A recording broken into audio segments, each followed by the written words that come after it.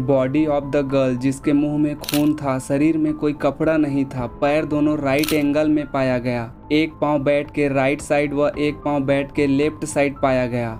चश्मे को कूटा गया जिसकी वजह से आंखों से खून निकल गया और अंत में उसे गला दबाकर मारा भी गया। बॉडी ऑफ गर्ल जिसके मुंह में खून था, शरीर में कोई कपड़ा नहीं था, पैर दोनों राइट एंगल में मिला गया, एक पाँव बेड के इस तरफ, एक पाँव बेड के इस तरफ मिला गया। चश्मे को कूटा गया जिसकी वजह से आंखों से खून निकल गया, गला दबाकर मारा गया। हम लोग का जो मुद्दा है, अब जल्द से जल्द जो इन्वेस्टिगेशन है वो करके इमीडिएटली 48 आवर्स हो गया, इमीडिएटली अरेस्ट कीजिए जो कल्प्रिट है। इंडिया के कोलकाता शहर में 9 अगस्त 2024 की सुबह एक ऐसी खबर सामने आती है जो पूरे देश को हिलाकर रख देती है। दरअसल यह खबर थी एक 31 साल की महिला डॉक्टर की, जो कोलकाता के आरजी कर मेडिकल कॉलेज एंड हॉस्पिटल में अपनी ट्रेनिंग कर रही थी। हॉस्पिटल जैसे सुरक्षित माने जाने वाले जगह पर इस महिला डॉक्टर का मर्डर एंड रेप होना काफ़ी चौंकाने वाला घटना था। इस घटना का खुलासा तब हुआ जब डॉक्टर के डेथ बॉडी का पोस्टमार्टम किया गया। इस रिपोर्ट ने लोगों की रूह तक को हिलाकर रख दिया, क्योंकि यह मामला सिर्फ एक मर्डर का नहीं था, बल्कि इससे कहीं ज़्यादा खौफनाक केस था। पोस्टमार्टम रिपोर्ट में यह खुलासा होना कि दरअसल उस डॉक्टर की हत्या गला दबाकर की गई थी, और यह भी इतनी ताकत से कि उनका थायराइड कार्टिलेज तक टूट गया था। इस हत्या के पहले डॉक्टर ने अपनी जान बचाने का भरपूर प्रयास किया था। इसका सबूत उनके शरीर पर पाए गए कई चोटों के निशान से मिलता है। सबसे डरावना सच तब सामने आया जब डॉक्टर के प्राइवेट पार्ट्स पर घावों के निशान पाए गए। इससे साफ हुआ कि यह सिर्फ मर्डर का मामला नहीं था, बल्कि यह रेप के बाद किया गया एक खौफनाक हत्याकांड का मामला था। उस रात हॉस्पिटल के परिसर में इतनी बड़ी घटना हो जाती है और किसी को कानों कान तक खबर नहीं होती।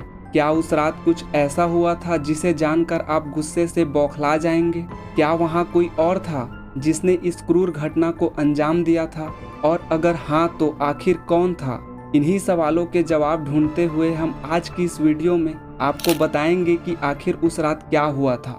दरअसल इस मेडिकल कॉलेज के शांत माने जाने वाले परिसर में जब आपका सच से सामना होगा तो यकीन मानिए आपके भी रोंगटे खड़े हो जाएंगे। दोस्तों, मैं आपको यह बताना चाहूँगा कि अदालत के फैसले के अनुसार किसी भी पीड़िता के लिए किसी भी प्रकार की निजी जानकारी का खुलासा नहीं किया जाना चाहिए, जिससे कि पीड़िता की पहचान उजागर हो सके। तो इस वजह से आगे की इस वीडियो में मैं इस ट्रेनी डॉक्टर को अभया के नाम से रेफर करने वाला हूं, जो कि इसका रियल नेम नहीं है। तो गाइस, आप कंफ्यूज मत होइएगा। दरअसल अभया एक जूनियर डॉक्टर थी, जो कि कोलकाता के आरजिकल मेडिकल कॉलेज एंड हॉस्पिटल से अपनी डॉक्टर की ट्रेनिंग ले रही थी। 8 अगस्त 2024 को दूसरे दिन की तरह अभया अपनी नाइट शिफ्ट पर होती है और वह अपनी जॉब कर रही होती है। तभी रात के 11 बजे उन्हें अपनी मां का फ़ोन आता है, जैसे कि हर दिन आता था। अभया की मां उनसे पूछती है कि क्या तुमने खाना खा लिया और तबीयत वगैरह तो सब ठीक है ना? जिसकी रिप्लाई में अभया बोलती है कि उनकी तबीयत एकदम ठीक है और वह बस अभी कुछ पेशेंट्स को देखने जा रही है, जिसके बाद वह अपनी कलीग्स के साथ बैठकर खाना खाएगी। अपनी मां से बात करने के बाद अभया पेशेंट्स को देखने राउंड पर निकल जाती है। सारे पेशेंट्स को देखने में और अपना काम खत्म करने में अभया को रात के 2 बज जाते हैं, जिसके बाद वह अपने कलीग्स के साथ जाकर हॉस्पिटल कैंटीन में ही बैठ जाती है, जहां मिलकर यह लोग अपना खाना भी खाते हैं और साथ साथ थोड़ी बातें भी करते हैं। खाना खाते खाते और बात करते करते रात के 1 बज जाते हैं और इस वक्त अभया थोड़ी थकान सी फील कर रही होती है, तो वह अपनी थकान दूर करने के लिए इस हॉस्पिटल के 3rd फ्लोर में बने सेमिनार हॉल में जाकर रेस्ट करने लगती है। अभया के रेस्ट करते करते सुबह के 7:30 बज जाते हैं, पर वह तब भी इस सेमिनार हॉल से बाहर नहीं आती, जो कि काफ़ी ज़्यादा अनयूजुअल था, क्योंकि अभया कभी भी आधे घंटे से ज़्यादा का ब्रेक नहीं लेती थी।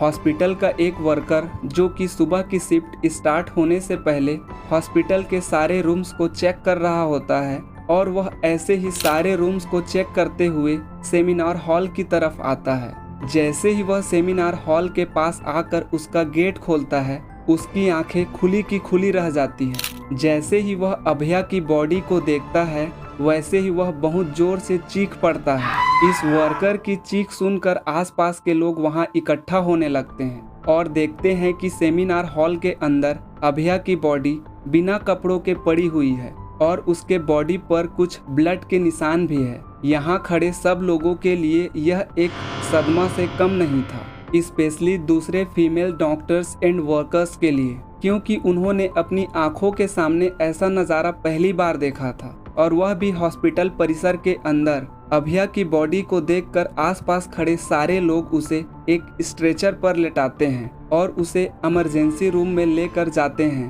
ताकि डॉक्टर्स उनकी कुछ हेल्प कर सके। काफी देर तक डॉक्टर्स के स्ट्रगल करने के बाद भी एट द एंड कुछ भी हासिल नहीं होता है, क्योंकि अभया पहले ही अपनी अंतिम सांसें गिन चुकी होती है। हॉस्पिटल में कुछ लोग थे जो कि इस रेप एंड मर्डर के केस को एक नॉर्मल केस के जैसा दिखाने की कोशिश कर रहे थे, सिर्फ इसलिए कि वो इस हॉस्पिटल का नाम बचा सके। बट जब पोस्टमार्टम रिपोर्ट आती है तो सब दूध का दूध और पानी का पानी हो जाता है। इन रिपोर्ट्स से साफ साफ पता चलता है कि अभया के साथ किसी ने जबरदस्ती गलत करने की कोशिश की थी, और जब अभया उस इंसान से अपने आप को बचाने लगी तो उसने अभया को बहुत बुरी तरीके से मारा, उसका रेप किया और यहाँ तक कि अंत में गला दबाकर उसका हत्या भी कर दिया गया। यह सारे प्रूफ मिलने के बाद यह केस कोलकाता पुलिस को हैंड ओवर कर दिया जाता है और पुलिस वाले इस क्रिमिनल को पकड़ने के लिए लग जाते हैं। सबसे पहले पुलिस उस क्राइम सीन पर ही छानबीन करती है जहां यह सब हुआ था। किस्मत से पुलिस वालों को वहां पर अभया के कुछ नेल्स एंड ब्लड सैंपल्स मिलते हैं और साथ ही एक ब्लूटूथ नेक बैंड भी। यह केस शायद और भी जल्दी सॉल्व हो जाता अगर उस फ्लोर पर सीसीटीवी कैमरा होता, पर बदकिस्मती से इस सेमिनार हॉल के अंदर या इसके आसपास कोई सीसीटीवी कैमरा नहीं था। लेकिन जिस रास्ते से इस फ्लोर पर एंटर करा जाता था वहां पर कुछ सीसीटीवी कैमरे लगे थे। पुलिस वाले इन सीसीटीवी कैमरा में सुबह के 3 बजे से 8 बजे के बीच की रिकॉर्डिंग्स को चेक करते हैं कि इतने टाइम्स के बीच कितने लोग इस फ्लोर पर आए और गए थे। इन सीसीटीवी फुटेज को चेक करने के बाद यह पता चलता है कि टोटल 6 लोग इस फ्लोर पर आए और गए थे।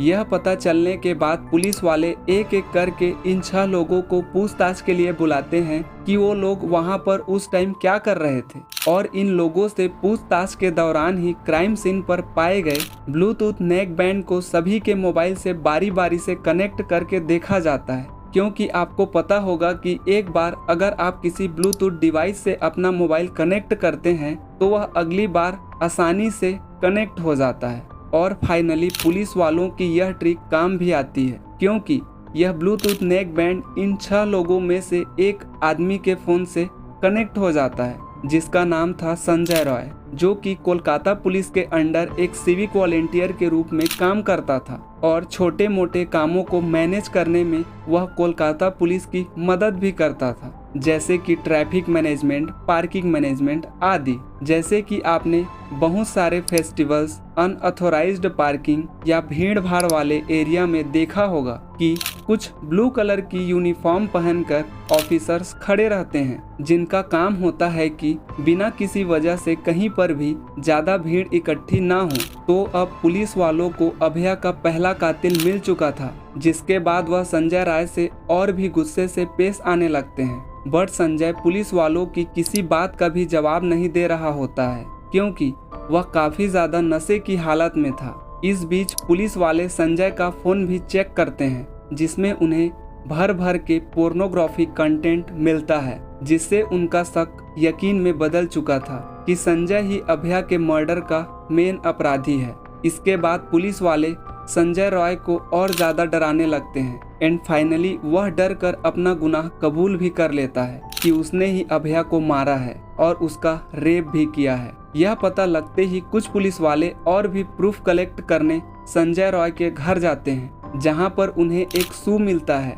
जिसके ऊपर कुछ खून जैसे ही धब्बे के निशान थे। तो पुलिस वाले उसका सैंपल कलेक्ट कर लेते हैं।